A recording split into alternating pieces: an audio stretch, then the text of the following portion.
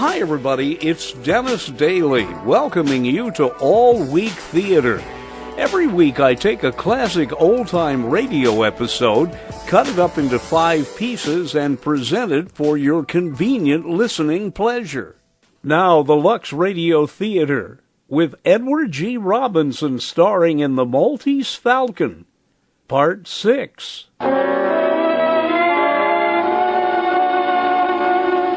Mr. Spade. Delighted to see you, delighted. How do you do, Mr. Goodman? Sit down, my friend. We'll have a little drink. Well, I can't stay long. Sorry, I've got an appointment at the district attorney's office. So? It's interesting. Say when, Mr. Spade? Oh, I'll leave it to you. Excellent, excellent. I distrust a man who says when.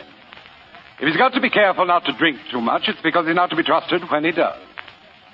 You're a close-mouthed man, Mr. Spade. No, I like the talk. I enjoy it. Better and better. I distrust a close-mouthed man. He generally picks the wrong time to talk and says the wrong thing.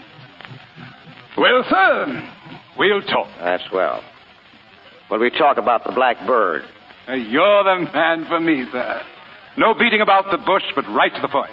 But first, sir, answer me a question. Are you here as Miss Shaughnessy's representative or Mr. Cairo? Well, there's nothing certain about it either way yet. It depends. But which will you represent? It will be one or the other? Not necessarily.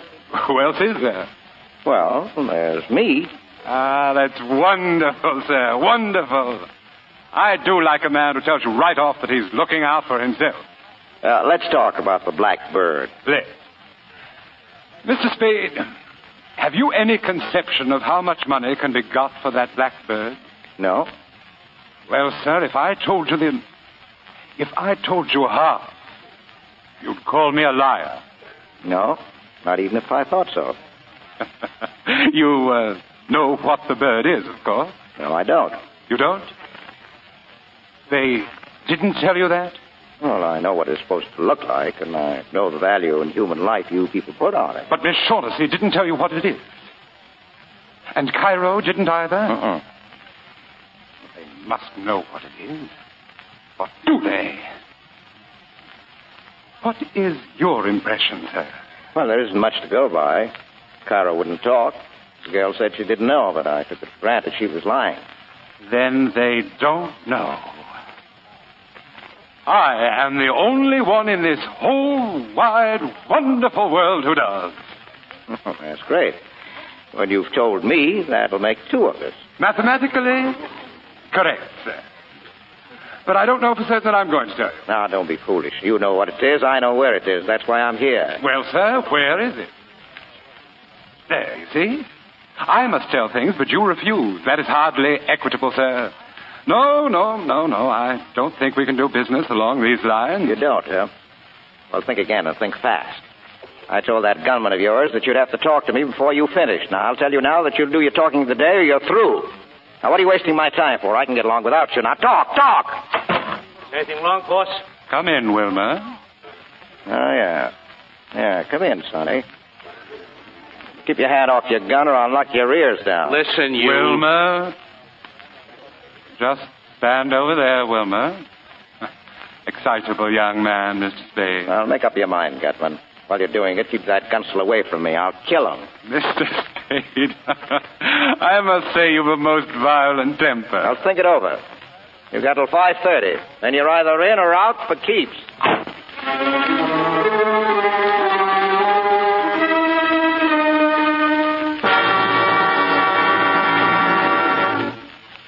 Now, look, Mr. Spade, I've got a murder on. The boss is yelling for a conviction. We need your help. Now, perhaps you don't, but you could make an excellent guess. Well, my guess might be excellent or it might be crummy, but Mrs. Spade didn't raise any children dippy enough to make guesses in front of a district attorney and a stenographer. Mr. Spade, I wish you wouldn't regard this as a formal inquiry, and please don't think I have any belief in those theories that police seem to form. You see, they think you killed Thursday. Yeah? Well, what's your theory? Simple. Tell me who Archie was shadowing Thursday for, and I'll tell you the murder. Oh, that's where you're wrong. Whether or not I'm wrong isn't for you to judge. I'm a sworn officer of the law, Mr. Spade. My duty I is... thought this was an informal talk. It is, Well, then, but listen. The police think I mixed up in those, Kelly. Well, my best chance of clearing myself is to bring in the murderers all tied up. My only chance of ever tying them up is by keeping away from you and the cops, because you'd only gum up the work. Now, just a minute. And Mr. I don't Spade, want any more of these informal talks. If you want to see me again, pinch me or subpoena me or something, and I'll come down with my lawyer. See you at the inquest. So join me next time when we cut up yet another old-time radio show into 5 parts on All Week Theater.